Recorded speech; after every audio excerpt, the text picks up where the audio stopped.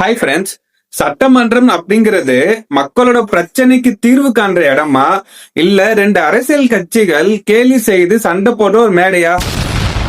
இன்னைக்கு உதயநிதி ஸ்டாலினும் சிடிஆர் நிர்மல்குமாரும் சண்டை போட்டதை பார்த்த நிறைய பேருக்கு இந்த கேள்வி வந்திருக்கும்.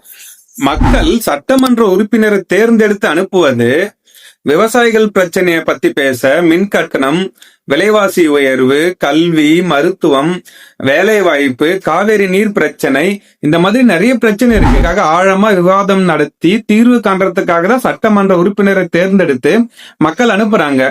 ஆனா அது மேல எந்த விவாதமும் நடத்தாம இங்க வெறும் தனி மனித தாக்குதல் நடத்துறது போயிட்டு ஒரு தலைப்பு செய்தியா வர்றது எவ்வளவு கேவலம் தெரியுமா? ஒரு எதிர்கட்சியோட வேலை அரசை பார்த்து கேள்வி கேட்கறது, ஒரு ஆளுங்கட்சியோட வேலை அந்த கேள்விக்கு பதில் தர்றது. இந்த மாதிரி ஒரு ஜனநாயக பூர்வமான விவாதம் நடக்க வேண்டிய இடத்துல தனிநபர் தாக்குதல் நடக்கிறதால யாருக்கு இழப்புனா தமிழக மக்களுக்கு தான். ஒரு நாளைக்கு சட்டமன்றம் கூடுறதுக்கு பல கோடி ரூபாய் செலவாகுது. அது அத்தனையுமே மக்களோட வரி பணம் தான். அந்த நேரத்துல மக்களோட பிரச்சனைக்கு தீர்வு காணணுமே தவிர அரசியல் சண்டை செய்யக்கூடாது. மக்களும் அதை தான் எதிர்பார்க்கிறாங்க. அந்த சட்டமன்றத்துல விவாதம் நடக்கலாம், கடுமையான விமர்சனம் கூட வைக்கலாம். ஆனா அது எல்லாமே மக்களோட பிரச்சனையை சார்ந்திருக்குன்னா அந்த பிரச்சனைக்கு தீர்வு காண்றதுக்காக தான் இருக்கணுமே தவிர ஒரு மந்திரியை போயிட்டு கக்கூஸ் மினிஸ்டர்னு இன்னொரு மந்திரியை போயிட்டு சங்கி மினிஸ்டர்னு சொல்றதுக்காக இருக்கக்கூடாது. சட்டசபையில ஆளுங்கட்சி எதிர்கட்சின்னு எதுக்கு இருக்கு?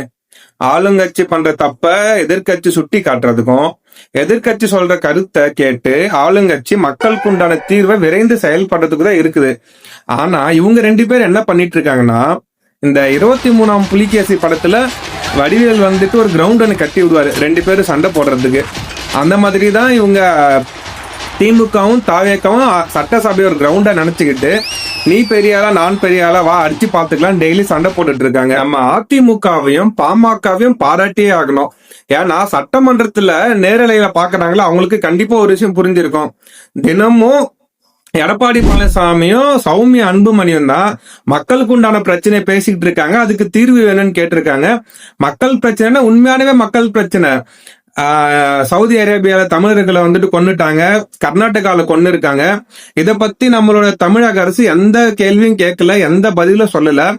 இத அதிமுக தான் ஒரு கவன ஈர்ப்பு தீர்மானமா கொண்டு வந்து இதுக்குண்டான பிரச்சனைக்கு ஒரு தீர்வு காணணும்னு அரசை வற்புறுத்திட்டு இருக்காங்க. இதுதான் சட்டமன்றத்துல ஆக்சுவலா நடக்க வேண்டிய விஷயம். முன்னாள் முதல்வர்கள் எம்ஜிஆர், கருணாநிதி, ஜெயலலிதா போன்ற தலைவர்கள் இருக்கும்போது சட்டமன்ற விவாதத்தை நாடே விட்டு கவனிச்சிட்டு இருந்தாங்க. ஆனா இன்னைக்கு மக்களோட பிரச்சனைக்காக விவாதம் ட்ரெண்ட் ஆகுதா, இல்லனா அரசியல் சண்டைக்காக ட்ரெண்ட் ஆகுதா? உங்களோட கருத்து என்னங்கறத நீங்க கமெண்ட்ல